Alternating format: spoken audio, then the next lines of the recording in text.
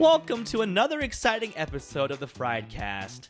Today we're diving into a topic that's shaping the future of education: artificial intelligence in the classroom. Are you curious about how AI is transforming teaching and learning? Well, we have two experienced guests, Fitzimmons and Neill Plemons, who've navigated the terrain of using generative AI in their classrooms. Stay tuned as we explore the innovative ways these educators are leveraging this technology to enhance student experiences, streamline their workload, and create a more personalized and engaging educational environment. Don't go anywhere because this is an episode you wouldn't want to miss.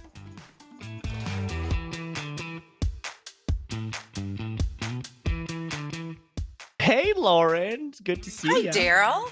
Great to see you. Thank you. Can reach out and just touch your face. We can do a high five. Bam. Not coordinated. Bam.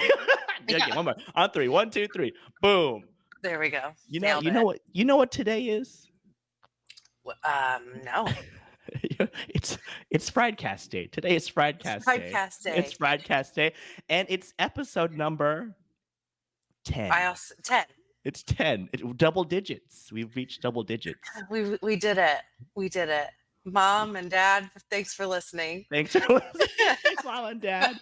We've got like four listens all together each episode.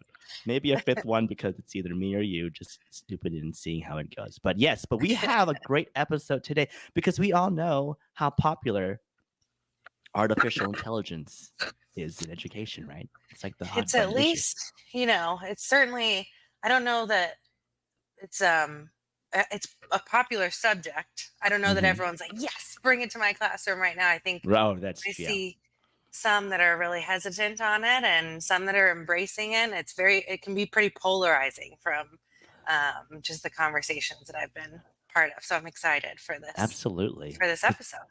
Absolutely. That's true. It is very polarizing.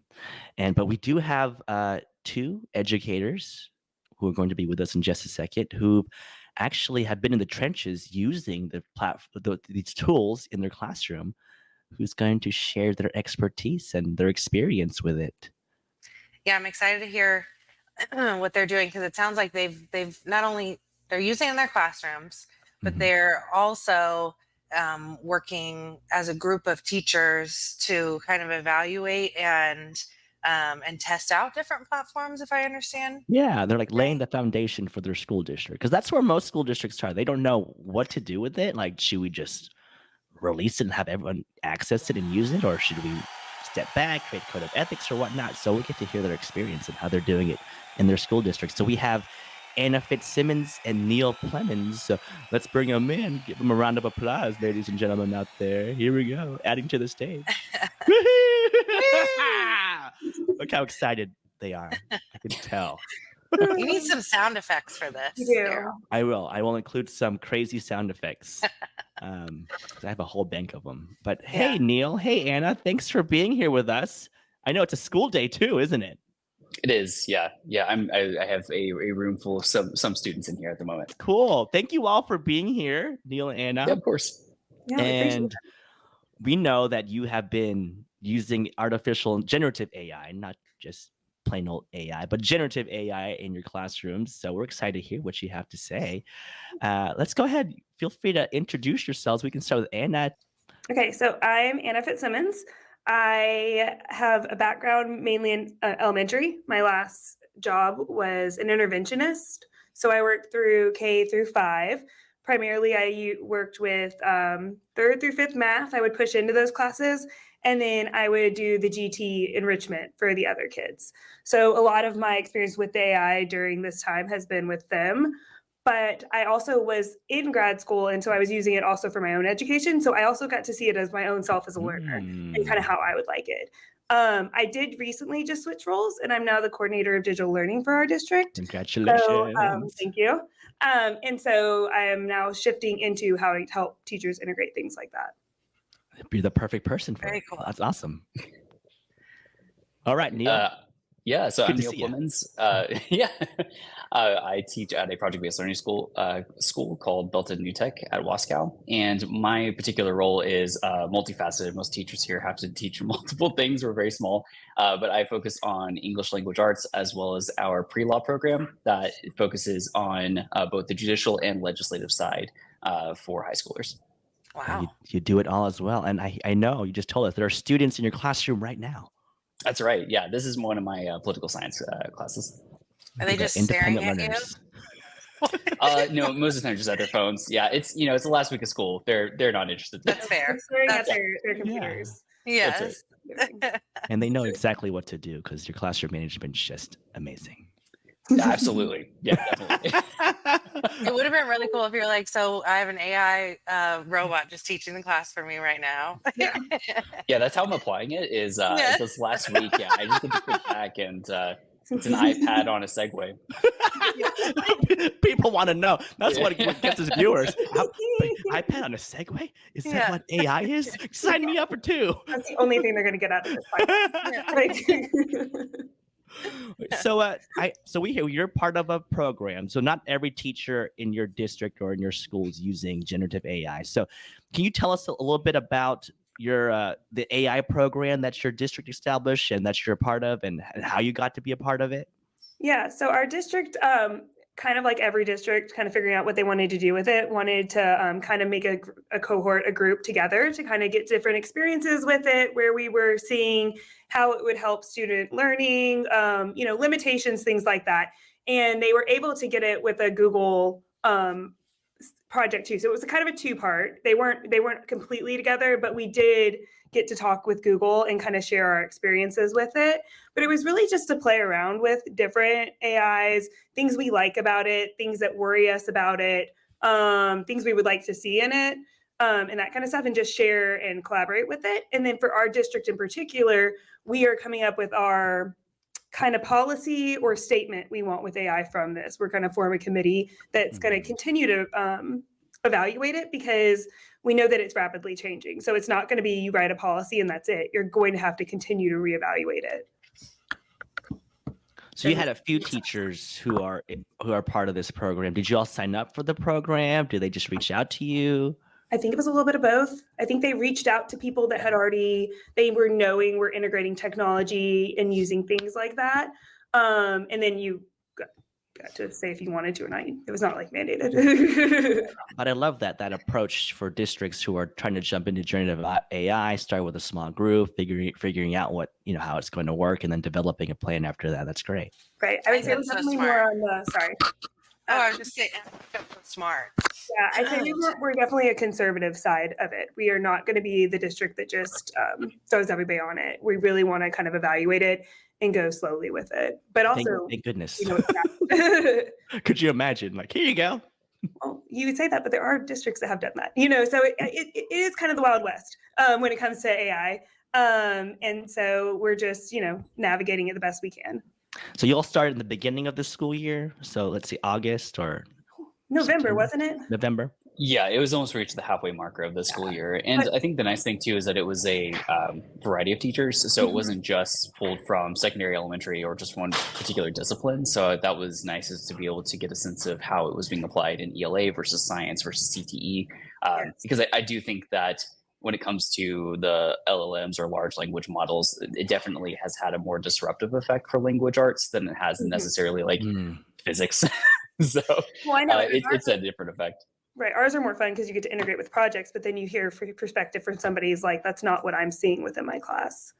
Yes, I would echo that. The more I hear more hesitance from teachers with subjects that require a lot of writing, so ELA or social studies or things like that. I taught computer science. I would have loved to use this all the time and would have welcomed it, but I wouldn't have faced like the same challenges as an ELA teacher would. Yeah, absolutely. Yeah.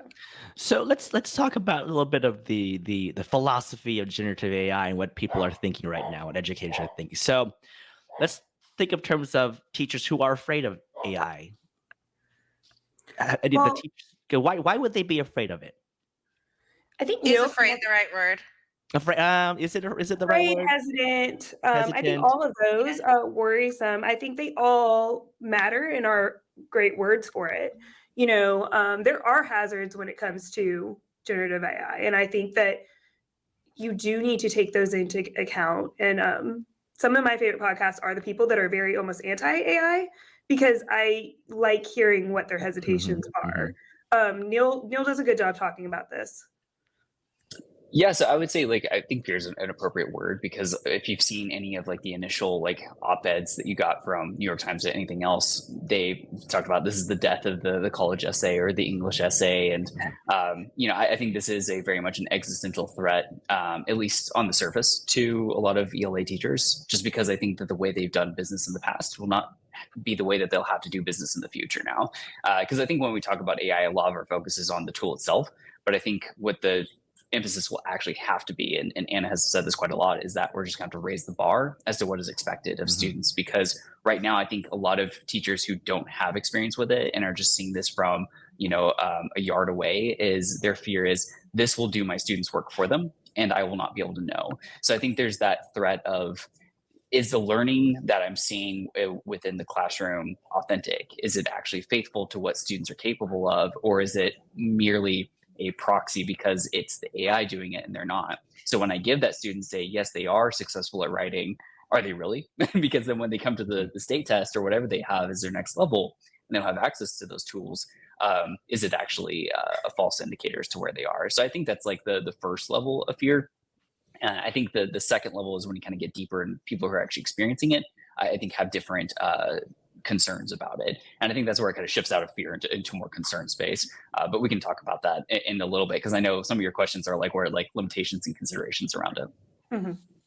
Yeah, I think my favorite quote, I talked about it when we did a presentation, was that it's the technology that can cut through buzzworthy solutions and serve as a shortcut for jumpstarting creativity.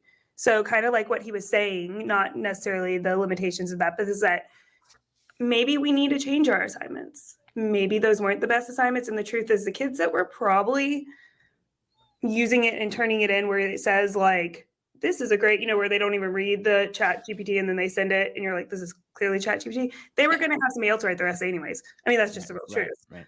And so from a personal experience, when I was in grad school, when I first started grad school, it was just starting with chat GPT. And that was like right when it came in.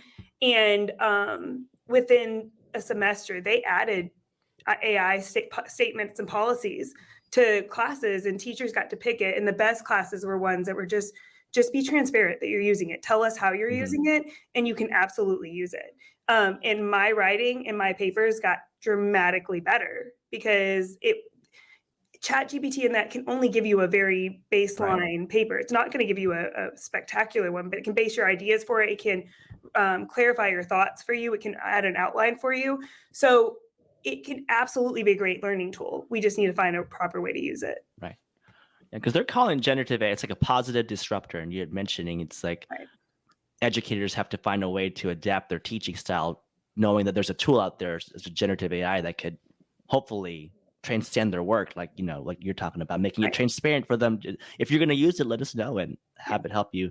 But just, are teachers willing to give up that that control and let them do that? Right. So. Sometimes we gotta get pushed in the deep end. Every once in a while, change is hard, and doing what we have been doing is comfortable, and we all like to be comfortable. But this is one where we're in it. Well, if teachers had all the time in the world to dive into it and learn everything about it and redo all of their curriculum and lesson plans, like that would be one thing, but teachers have a million jobs too, and so I'm sure that poses just a problem in and of itself, is just almost the catch-up game that you're playing as you're trying, even if you're just the most embracing of AI and what it can be in your classroom, like it still is a lot of time that you're going to spend trying to figure out how this fits in your specific classroom, how it works for you and your students and your projects and things like that.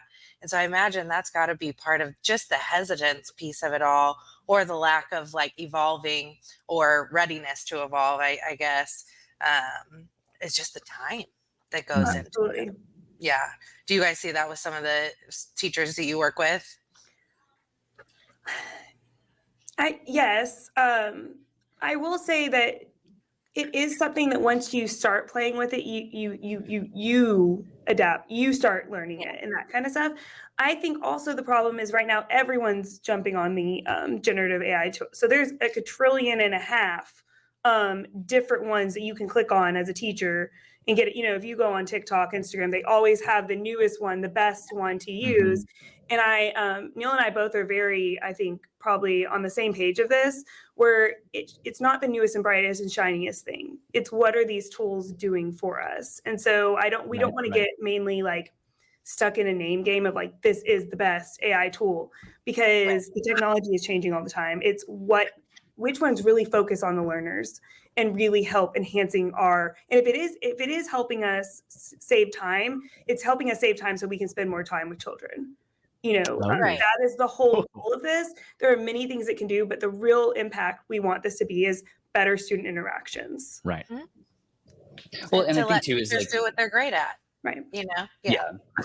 I think one of the layers too that we have to consider is that it's not just district policies, but it's also state level policy and law that hasn't done anything to reconcile with that. And that's not an indictment of Texas itself. I think it's true for all the states. But I mean, for example, as a STAR tested subject, you know, a lot of our school accountability ratings is all based and hinges upon ELA, especially for 9th and 10th grade. And on that test is an extended writing piece where they have to write the kind of classic 5-paragraph essay. Well, guess what ChatGPT can do really well? Write a 5-paragraph essay. It can knock it out of the park. And so the question is, well, if we're trying to elevate student learning and go beyond that more classic understanding of ELA, I can. But you also are still beholden to a state test that requires students to produce exactly that product. And so how do you still make sure that you're advancing and moving on to where the world is today, but still kind of rewinding the clock to 10 years ago and still having them produce this classic stodgy 5-paragraph essay that the state requires, because if you don't, now your ratings are in the trash, and that impacts a whole host of other things beyond it. So I think that's kind of the problem, is you're trying to become well-versed in code switching of this dual language of you need to be prepared for the 21st century world that we're putting you in, but at the same time, I need you to code switch and switch over to this very classical understanding of the subject. Right. You mean to tell me they can't use about that? Like how it applies to testing and just that complicated puzzle piece to fit into it all. Yeah. Yeah, my mind went totally different. I know. Like, shoot, that needs to be addressed in the AI course too. So you're right. Like, you mean to tell me they don't have ChatGPT while they take the STAR test? I thought that was a thing now. That'll be available in 20 years. There'll be something brand new in 20 years. I know, though. That's what I'm saying. Oh my gosh, that's crazy. Neil's gonna do that to you all the time. Neil comes up with these ideas. He's like, my mind. Well, he was saying it while he's in the courtroom. I've never thought about that. Yeah. Yeah. Oh my goodness. But man, so you were saying all these things, and I had all these other questions. Like, hey, it's like a good segue for what we have here as a list. Like, you know what? I'll just forget the list. You talked about like your different 500 billion different AI tools. I wanted to ask you, do you have a favorite generative AI tool that you use? Okay, so for the Google part of our thing, they did want us to experiment with different ones. So I did go out on a limb and try a lot of different ones. I will say for the teaching one, Diffit's very fun. I also think it's very practical because it automatically makes things for you. So instead of just making it generate for you, it already has it pre-made, ready to go. I personally, though, the better I got with it, I stick with Gemini and ChatGPT, because I can prompt it the way I want it to. It saves my stuff. So I really, those are my favorite. Those are the two I bounce behind. If, the way they've updated and the way that they've expanded, it fits all the needs that I need. I do have the paid version of ChatGPT because I had it for grad school with it. And we have the advanced version of Gemini. So I don't have the most basic one. I do want to clarify that because there is a difference. But those are, I'm kind of trying to chew on those two. The bread and butter right there. Yeah. But I do think there are some neat ones that if you're looking for certain things, you can find that. I mean, Adobe, was it Firefly, or the other one that can do the pictures, the backgrounds. I use that for a STEM project. And so, they make all their little cardboard things that don't really look like what they are. So like a boat, you can generate it and to put it like on the ocean. So that's really cool. Or they make like a playground piece and you can generate the background to be a playground with it. So it really just immerses those projects into there. So there are tons of things that, yes, there are other ones. I just think you really have to find what it is you are trying to look for instead of just a name. I love that. Neil, do you have any preferences? So like right now, I think what they're trying to contend with is that they have the user interface, like how are we engaging with these models, right? And I think that the first initial one was, ChatGPT 3 with OpenAI. And it was just this, here's a text box, anything you want, right? And I think that a lot of people gravitated to that and saw like, oh, this is a blank canvas, I can do whatever I want with it. But then there's another host of users that are wanting a more kind of, give me more buttons and knobs to turn and push. And so I think that's where you're starting to see a spectrum emerge, where it's like on one side of the spectrum, you've just got blank canvas, here's a text box, go hog wild with it. And then you have on the other end of the spectrum is, okay, here's a bunch of buttons and drop down menus to touch to help kind of more structure and guide your experience with them. And that's where like Diffit and a lot of these other, I think the multitude of other ones you see emerging, they're trying to offer more of those like buttons, knobs, and switches approach, whereas your Gemini and your OpenAIs are trying to more stay of these more freeform options. And I think it just depends on the kind of user you are, whether or not you want that more structured approach versus the more open approach. For me personally, I did try a handful of the ones just like Anna was talking about, but I tried to stick with a handful and just go deep on them and try to get really good at just the ones that are available. I would say ChatGPT 4.0 as well as Gemini are by far like the two ones that allow that depth to go into. And that's where, especially for the ChatGPT paid version, they allowed the custom GPTs. And those were incredible because they allow you to upload your own knowledge base within it. And because of that, I could effectively customize and create and configure my own kind of expert on my units and my projects. So it knew everything about my campus pedagogy, like our learning pathway that we use. It knew my calendar. It knew everything. Yeah. And so that way, when I ask it questions, it's not trying to give me a generic answer. Rather, it's actually this thing that knows every document I've produced for the particular course I'm working on. No, go into detail about one of them because you're giving an overview, but what you've done with it is incredibly to enhance your learning. So there's two different models that I use. So there's two different models I use. On the teacher side, for project-based learning, one of the things that's very challenging as a PBL teacher is that there is no kind of blueprint for you. There's not like a Pearson textbook where you're like, all right, crack open to chapter 1, here's your first project. You have to kind of customize and make these things from scratch. And so when you're doing these things, you're trying to mess with a lot of materials, it can be tough. So one of my projects I do is I merge my ELA side with my legal pathway side called Shakespeare Moot Court. And this is a brainchild of a Canadian university, McGill, where they took Shakespeare and used it as law in an appellate system. So what if you're trying to appeal something, but you're not using American law, you're using Shakespeare instead? And because the Shakespeare plays have, a variety of different themes, both conflicting and agreeing, this could be a massive treasure trove for students to use thematic ideas from Shakespeare to then argue a contemporary case.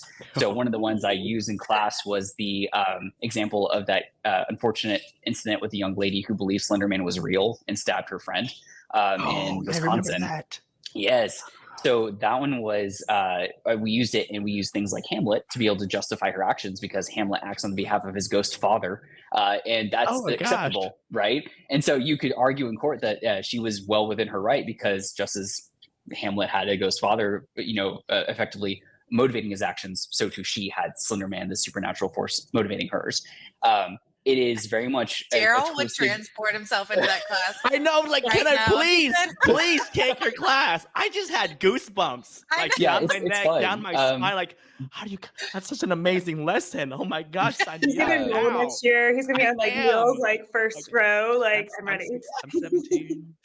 The challenge though is that because they can use literally any Shakespeare play, right? We're not all reading Romeo and Juliet. They can literally go any of the cornucopia of Shakespeare's plays. So that's both exciting, but it's also a challenge because I, as a teacher, can't anticipate all the different ways that they could pull from different Shakespeare plays and themes and ideas and character development to justify their courses. So what I did is I uploaded full Shakespeare plays into ChatGPT.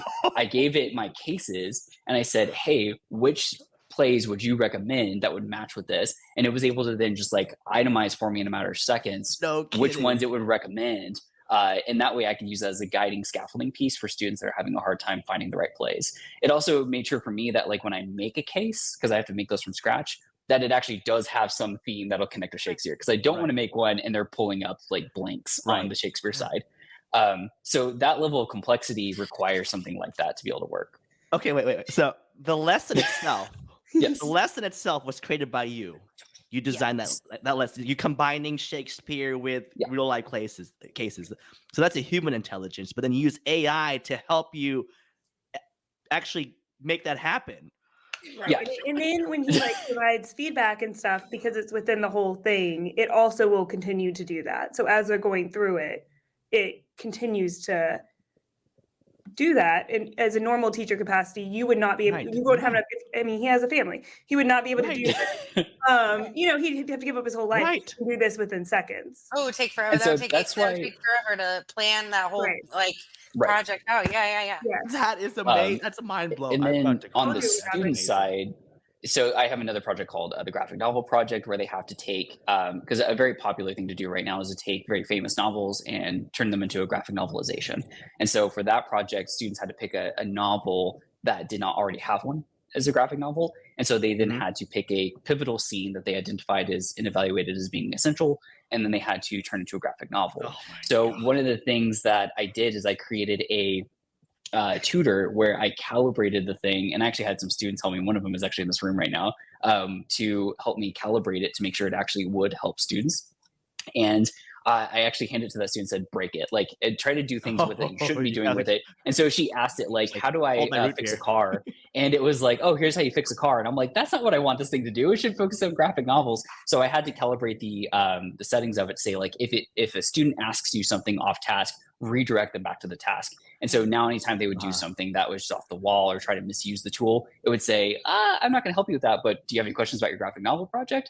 And because it's multimodal, they could actually take pictures of their work in progress and ask it for feedback. And this is like hand-drawn. This is not on this is like hand-drawn images. And it was incredible because it would actually say like, so one of the things I think you're doing great so far is you have a clear progression of the story, but your backgrounds look a little flat and it doesn't look like you've left any space for dialogue. And if that's a requirement from your teacher, because it has my rubric, it's like your teacher's asked you to include dialogue, you haven't left any room in the graphics for that. So make sure you go back and adjust your graphics accordingly. It did all of that from a picture of a student's work. Oh my gosh. And I think the power, like, and kind of going back to like, what does this do for kids, right? Because I think it's impressive as a tool, but what does it do for the classroom? And I think the big thing is that when you're doing project-based learning, you as a teacher want to be a facilitator and a partner in their learning. And it's hard to do that sometimes when you are also the evaluator, you're the grader. And so oftentimes people don't want to be forthcoming or admit their mistakes or trouble because they know you at the end of the day are also controlling the grade. So what's powerful is that whenever it evaluates, they know it's not judgmental, right? It's not judging you. It's just a large language model. It's an AI. Right. And so when they get that feedback, we can actually put myself now in a partner role that's more authentic because now we both look at this list of recommendations and I say, hey, of the 5 things it gave you, what are 2 that you think are honest? And they're like, yeah, I think it is right. I did not leave space for dialogue. My backgrounds are a little flat.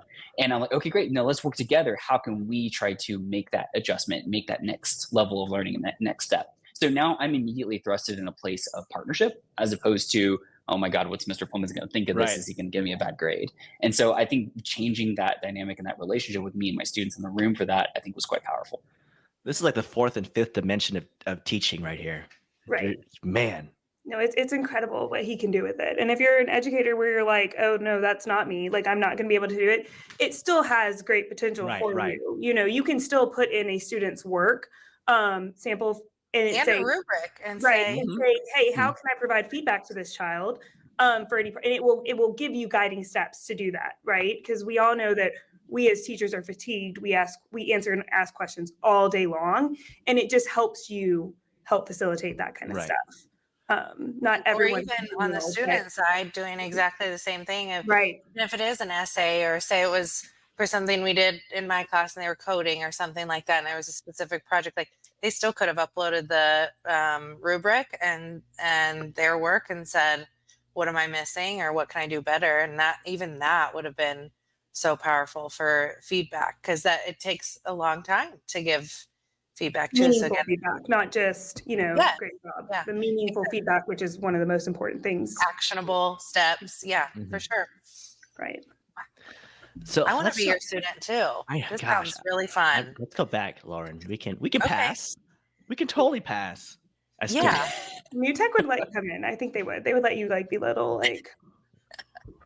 I know exactly where Belton ISD is. It's Central Texas, just pointing right in the middle. Just go right there. Pick the middle and you're there.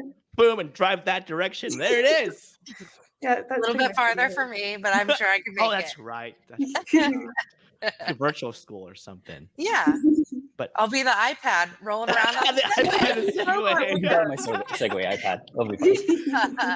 I'm expecting one to pass behind you right now, Neil. The iPad is that's me. So let's talk about your classroom setup. So the examples you're providing, I heard like some students are using it in the classroom. So generative AI, are students allowed to use it at home when they're doing their assignments with y'all, or what is the policy that you've set in your classroom? Do you have like a code of ethics that you've created since you're using generative AI? So tell us a little bit about that.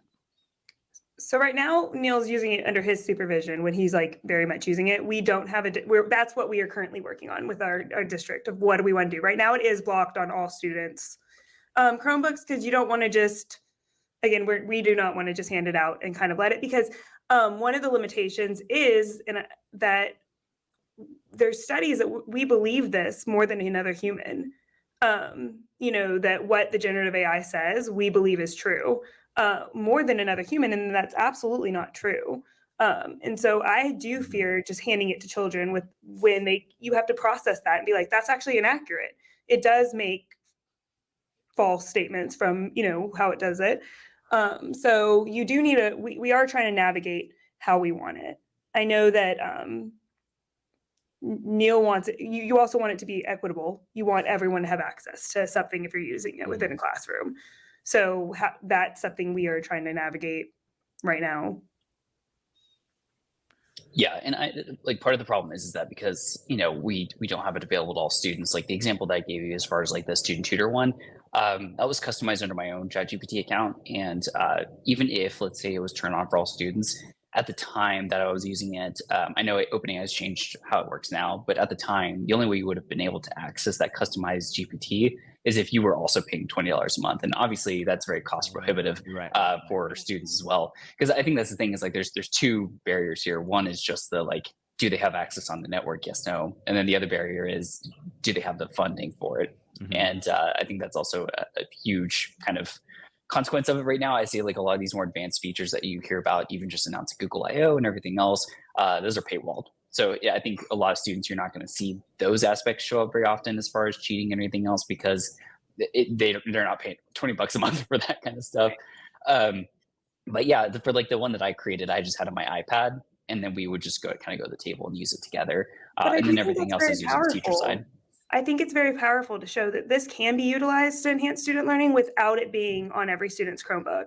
Mm-hmm. I have a lot of fears with it going to elementary at all, without a teacher, but there were multiple ways I enhanced learning with me technically guiding it, but it was directly impacting the students. They were being able to see it. They were being able to utilize those projects and those feedback and that kind of stuff.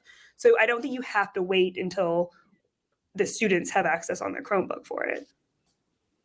Even modeling it the way that you are in your classrooms, I feel is so responsible too, and is setting those students up to when they do have access, say, in college or beyond high school, they've seen really smart and thoughtful ways and responsible ways to use AI. And we're already, in Texas, they have tech app TEKs that are going into new ones that are coming in for K through 8th in August. And this, though it's not directly studying AI, it is how to have that digital citizenship and how to really understand those pathways and, your digital footprint and things like that. And so, yes, that's exactly, we need to be modeling things that they are going to be touching and understanding things that we as adults go through to, see it and that kind of stuff, that we do need to model it. So even if that's the way to do it, it's a great strategy. Yeah. And, some students obviously do have access to the free versions at home or on their personal device. And the way that I've been handling that within the classroom is that I've been telling them, yes, just be transparent about it, because I want to see how they're using and navigating it just as much as myself, since it is very experimental at this time. I just told them, I was like, look, if you're going to use it, just be honest with me about what you used, when you used it, and how you used it.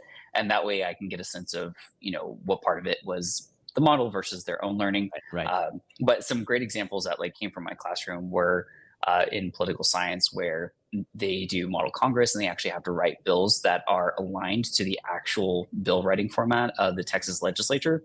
And it's a very tedious technical process, one that a lot of students struggle with.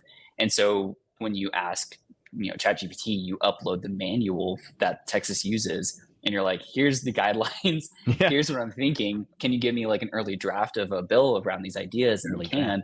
Yeah. It's not perfect, but it's definitely going to give you that early start. Yeah. And so personally using it in grad school, so me in the student role, it made me a better writer, because there were times that I just didn't know where to go with it, or I would write it and then it would enhance and then I would enhance that. And then what kind of came out of that, I think how they kind of got around hey, we're not just going to have papers, with that. And it was transparent, was a lot of times we had to do vlogs afterwards. So my focus was on personalized and blended learning. So almost every assignment that next year was create a vlog about what you're doing. So even though you would write something, right, you would then create a vlog, and you can't have ChatGPT speak for you. So even if it was writing it, you're still having to articulate. It's still processing through those kind of things. So that's again where it adjusts where what you're using, they can still be writing papers, but you could have them learning in a different strategy as well. And demonstrating learning in a different strategy as well too. Yeah, and they get to use their the vlogs are super fun because you got to have your own little personalized emphasis. We would formally write on papers, which is formally writing, and then you would rate this vlog and you could add whatever details you wanted on it. You got to say what you wanted with it, and it made the learning more fun. And honestly, I enjoyed watching other people's vlogs more than I did reading and editing a bunch of formal papers. So I absolutely put into ChatGPT and asked for them to provide feedback for me. But the vlogs I'd watch personally and be like, wow, I want to do that. Yeah. Yeah, and there's already a movement that was already kind of going on that has been arguably quite small. But one of the things that I've really enjoyed is our more humane form of assessment. And I think one of the things is that as we've gotten larger and more institutionalized in terms of education, the idea of doing some type of dissertation level work or oral examination has gone away. That's actually how education used to be, right? Is that you would actually speak and debate your ideas to demonstrate learning as opposed to doing any type of formalized writing or multiple choice. Now that we've created this more institutionalized education, multiple choice became a beast of convenience. And I would argue not necessarily one that's actually best for students. But when you're trying to measure in volume in a short time frame what students are capable of, that just became, again, a sin of necessity.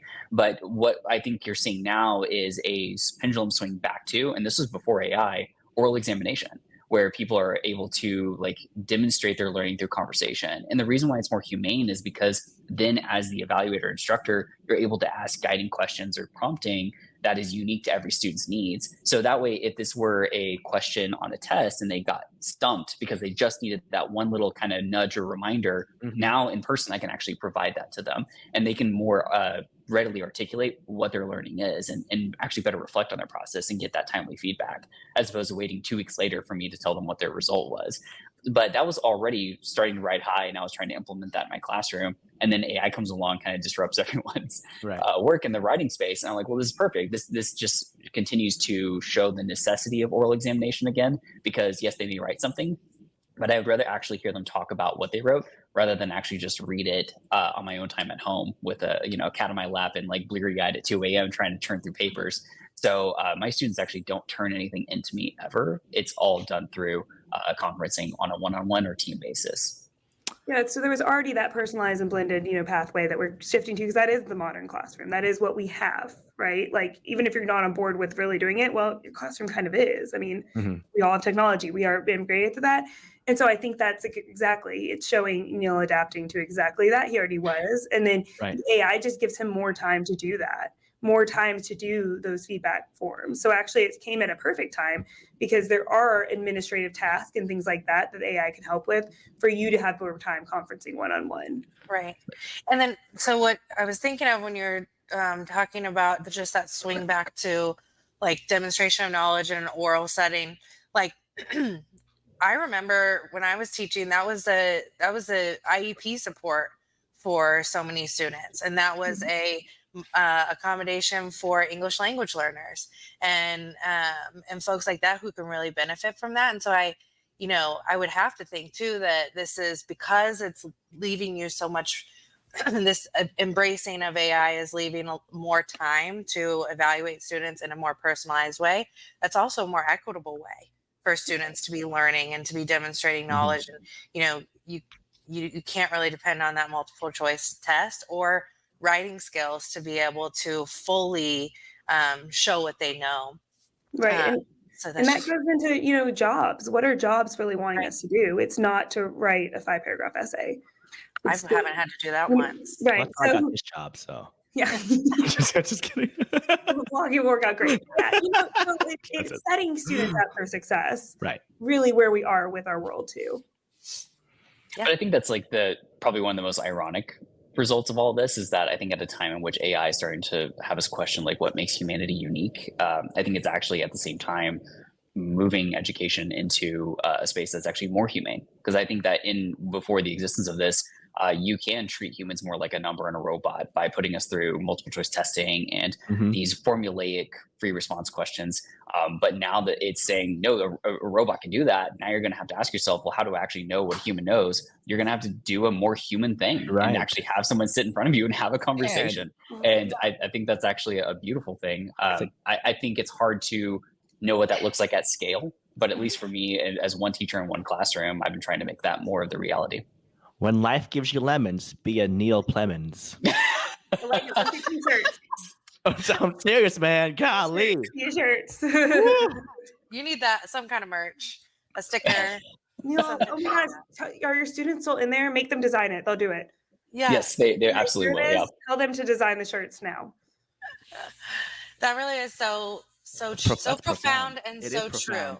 And man, because we designed that AI course for friTech, and it's like, how do we make it where it's like that's the goal? It's like making AI your education more humane when you're using it, and find the humanness aspect of it. But then you just eloquently just said it. It's like, there it is. There's the answer.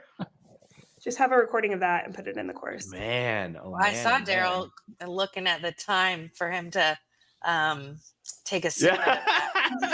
I'm learning so much. You don't understand. It's like I'm gonna rewatch this like 30 times. It's just, this is like, I would just love to be a fly on the wall when you guys all do meet and talk about this stuff, because I bet there's so many just wonderful brains in the room when you're thinking about how to use this in class in a really thoughtful way. Yeah, I think as long as because we're all going to use it in a variety of ways. We're not going to all use it the exact same, but if we all kind of have that mindset or the idea, the principles behind it, that this is for better student interactions, this is for better learning experiences for kids, then that focuses in what you're using it for. Like, you have to have that in the back of your mind while you're doing it. And if you are doing that, then you are going to use it in a humane way. You are going to use it That's true. in that principle. So it's really just kind of that, I know we say the why too much, but the what's in the back of your head of what is the purpose. Mm-hmm. Well, the same way that you would build a lesson with the objective as that end goal, your objective in the way that you use this technology is your kind of guidance with it too. Yeah. Man. Daryl, you all right over there? I'm just thinking. I'm really thinking. It's like, a little bit, every time we have these podcasts, it's like, we talk to experts, like, man, we're so lucky. Sometimes I just want to go back in the classroom for a little bit and try this out. Yeah, I know. And then hop back out because it's tough. Teaching is tough. Teaching is tough.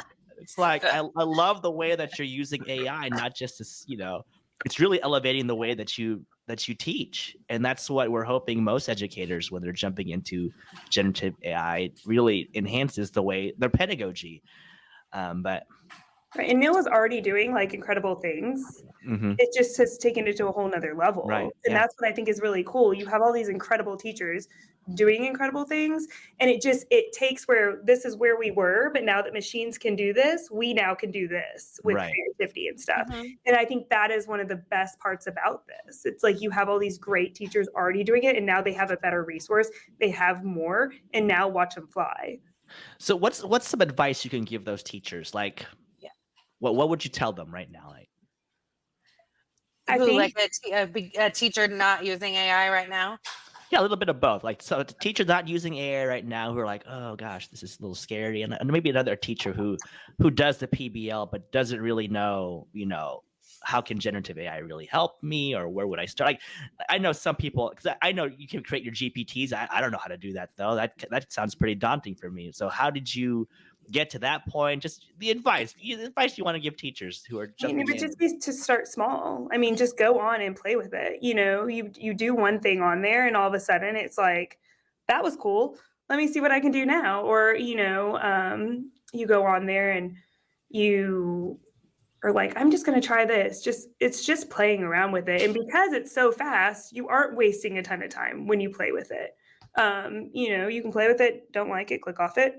But I think that if you start small with it, I'm trying to think of some of the first things. Yeah. Do you remember the first thing you asked ChatGPT when it came to teaching, making your job a little bit more easier?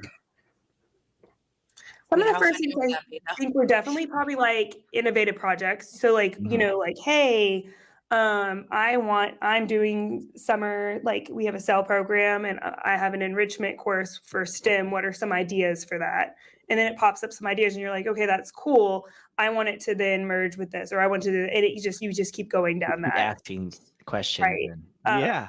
So just kind of like, if you're interested in anything, clicking on that first, like, hey, I'm interested in personalized learning. What are some ways to look at it? And then from there, you can actually be like, okay, this is my standard. How could I implement this? And then you can go, there are ways to create a good prompt so you don't have to keep prompting. But if you're new at it, just, based off that prompt, just keep going. So then you can be like, these are my resources. How do I use these resources within it? And then you do. And then it's like, okay, so what are some questions that I would need? And then it would come up with that. And then later on, a lot of the things that I've done that are some of my favorite ones were just from playing around. I would just be like, this is interesting. Let me try to do it. So one was I was doing GT projects, and they were doing creating like a better school. And so they wanted to improve the cafeteria. They came up with all these great ideas. And to be honest, we had just finished a project and it was a mess. Like that's how learning is, right? So I had cardboard tape everywhere. And I was just kind of like, oh, I don't know if I want to go through this again. So I went on Valley and I typed in all their ideas and it generated it for it. And so then they had this like prototype online with it that was really awesome and actually probably more impactful than that. Yeah. But just things like that, you're like, wow, that was awesome. I wouldn't have even thought of that except for I just was like, let's see what happens. And now your cafeteria is designed like by one of those designs. I wish it was, but it was like a hand scanner instead of tags because kids lose their tags all the time. So and there was like biometric. One of those sushi places with the conveyor belt. Oh no, they really. I do want them to be my architects when they grow up, and that's the cool thing. They probably are going to be. That's so cool. And so yeah. I love another great example. Oh my gosh, I want to go to your schools. No. I didn't go to a bad school, but your guys. I didn't go to a bad school. It doesn't sound like it, but it's like, man, to be a student right now. Yeah, it's an exciting time. Do students embrace AI as much as teachers, or are they still just like, I don't know, or I might get caught using it, or So on the elementary level, it would definitely be a teacher-led thing. Sure. And so everything that they see is usually it's just because it makes something more awesome. So if they're seeing it, it's because I've added a background to their work, or it's providing feedback. Or I was doing the history fair with kids, and so my last job was an interventionist. I was all over the place. So one of them was doing these history fairs with 4th and 5th graders, and so they all had their own themes, and some of them would be like germ theory. And then there would be 9/11 and because it was impact of the world, right? So it was a wide range. And now I know a lot about germ theory that I didn't know I wanted to know, but I do. And so AI helped with that because if you've ever watched a 4th grader search on the internet, it's it's not there yet. We'll get there. So it helps pinpoint, what articles they could go with that. And then from there, it helps the theory. And then they could write on their storyboard, and I could upload their storyboard, and it would be like how to provide feedback through there. And you're doing 5 or 6 different projects, and it's able to do that while I'm still able to push into 3rd through 5th grade classes and do this. Because I don't have all day to read every work on germ theory or 9/11, or we were doing the Belton Dam. Like, we had a very wide range of things. And so that just gave me one aspect where I could use that time to provide their impact and things like that, but still do my other jobs within the other parts of the day. So you disclosed to parents that you were using AI in the classroom. Is that something that you all had to do, or? I guess like using the internet. I mean, I don't know. The way that I was using it, it would not. We're actually meeting this afternoon to go over our guiding doc for Belton, like literally. And so there are different elements that we do want to keep in mind. We want to think about how AI is used during learning and teaching, right? How it's used for administration work, how it's used for things like that, like parent communication. I'm trying to think what else. Privacy, ethical use, a lot of those, like special education, back to that too. Right. That's another, so this is kind of funny, but my dad, when he first went on Gemini, he had no idea about it. And so he was like typing in things, and like, full disclosure, my mother is not a meth head. So like, when I say this, it will make sense. But he was just trying to see like what it would do. And my dad got it, and like all of a sudden he's got a rabbit hole. Like, type in your mom's a meth head and how to get it. I am not typing that in, Dad. Like, this is like public knowledge. Like, but like, that's an adult. They don't know. You don't know. Yeah. You don't know. And like that, some of the worries of it, you have to know. Like, do not type in student names. Do not type in. Right. You know, you have to know somebody. I mean, he has a master's degree. He's not like, I really do have great parents, but like banking info, like maybe don't. Right. You don't like, we really have to be careful on what we're doing, because what we assume people know, and sometimes they really don't know.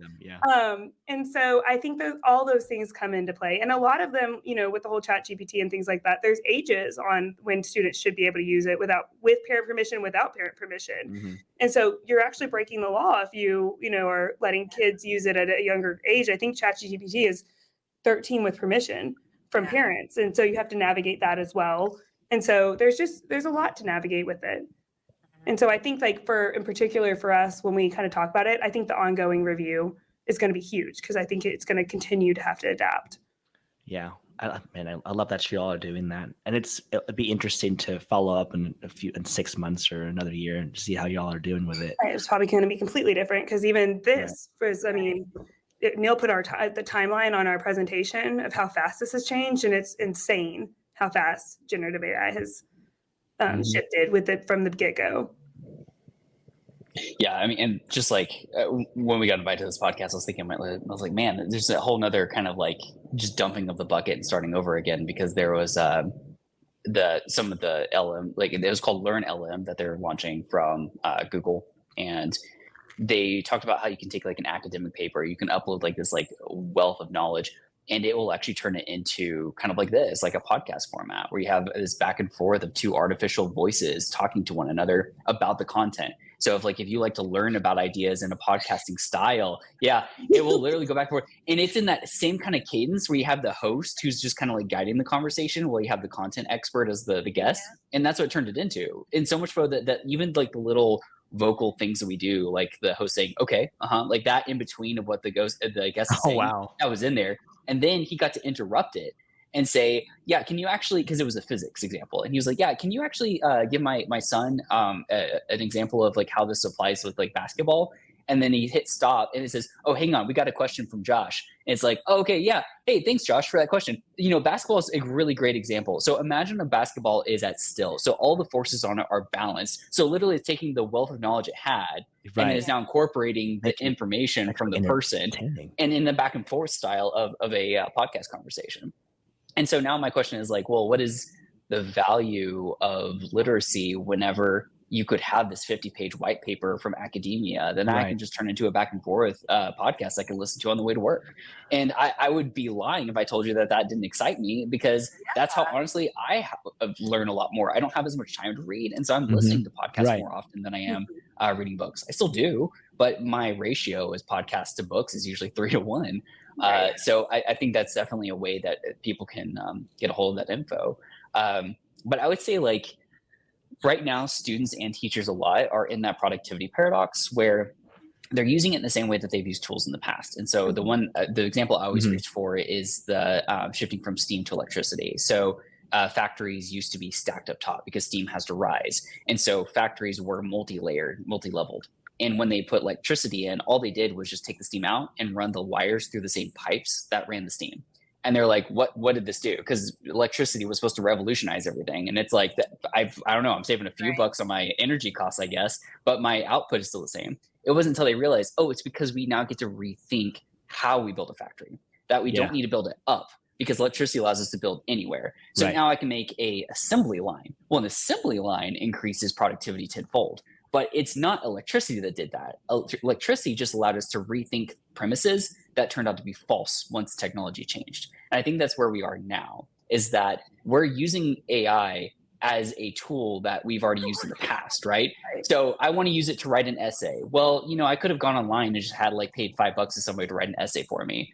But what we're not doing yet is we're not figuring out what is the equivalent of the assembly line yet. And so for me, I'm trying to trial and error with it fast enough because I do want to get to that place where I have that aha moment of what the assembly line is for us, as that analogy over here to this, because I think what I can imagine the future being is everyone in the classroom may be working towards a unified goal of a certain project, but the AI has access to every student's standards-based learning. And so when they get into teams, it goes, okay, Jimmy, you actually struggled with informational writing in the last project.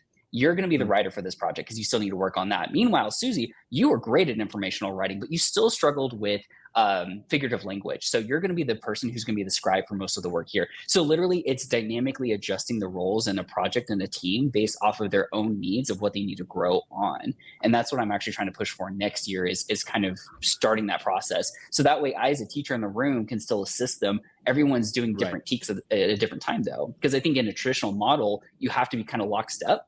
And you're just using response to intervention as a rubber band to do small group intervention and everything else. But if we're being honest with ourselves, there is eventually a time where you have to say cut and you have to move on to the next stuff, even if every learner isn't ready. And that's how we create this Swiss cheese of learning, where eventually you get to the high enough level that you're missing enough prerequisite knowledge that your tower collapses. And that's when you think you're bad at math, or that's when you think you're bad at English.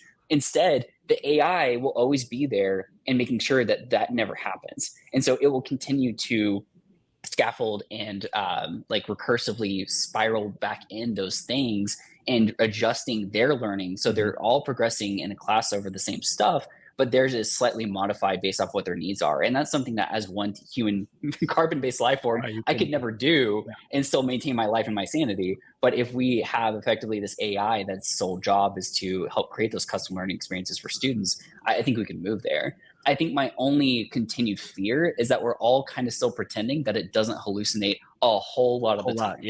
And that's the one thing, is that if it's low stakes things, like if it picks the wrong Shakespeare play, I didn't wreck everything. I just go, oops, it made a mistake, and we move on. If it creates 100 customized emails going home to parents and I send that out, what if it sends out the wrong thing? What if it sends out the wrong information? What if it's lying to them, saying their kid's passing when it's not?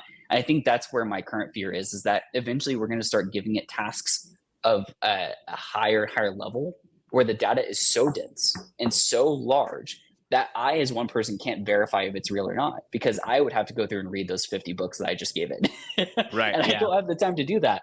So I would say that's right now, the only reason why it's not completely flipped over. I mean, it feels like it's been disruptive right now. If the hallucination weren't a problem, we would have seen full on Terminator level revolution. Because it's right now, what's really holding it back from industry and everything else is because you just can't trust it. And so you have to, step one, use it. Step two, verify that what it said and told you was real. And that's why one of my favorite questions that Nilay Patel, who's the editor in chief of The Verge, he just got done interviewing Sundar Pichai, CEO of Google. And he asked, my favorite question he's asked, I've been really trying to think about is intelligence and language the same thing? Because the AI models are getting really good at being convincing, but they're not getting better at being right. And I think that we are, like Anna was saying, we're very conditioned to trust it when we shouldn't. Yeah, And it's studies just show getting we will really believe it good. over another human. Right. And Yeah. that's absolutely actually not true. I mean, we shouldn't believe it over another human, but we will. Like our brains are kind of conditioned to believe a computer over a human. But I would argue that intelligence and language is not the same thing. And unfortunately, I think we're conflating the two right now in our society. That's going to be the title of this podcast. Intelligence. I just think, and it, you know, there is biases. We have to know that and understand that as well. I like saying the idea of like your professional judgment matters. It really does matter. And we have to keep that under consideration.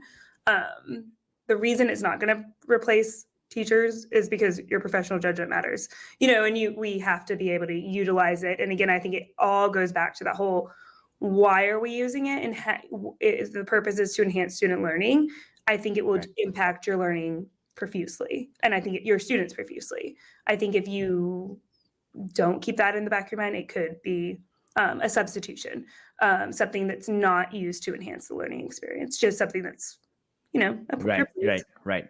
It doesn't do much. Easy to go towards that route too. Right. And we're in that stage a lot in education right now with technology. We're staying in substitution and augmentation, and we really need to get up on those levels where we're disrupting the learning. Right. And so I hope that AI can help continue to do that. Well, if you're Neill Plemons or Anna Fitzimmons, yeah, you can do that. You just got to get more teachers to be like you all.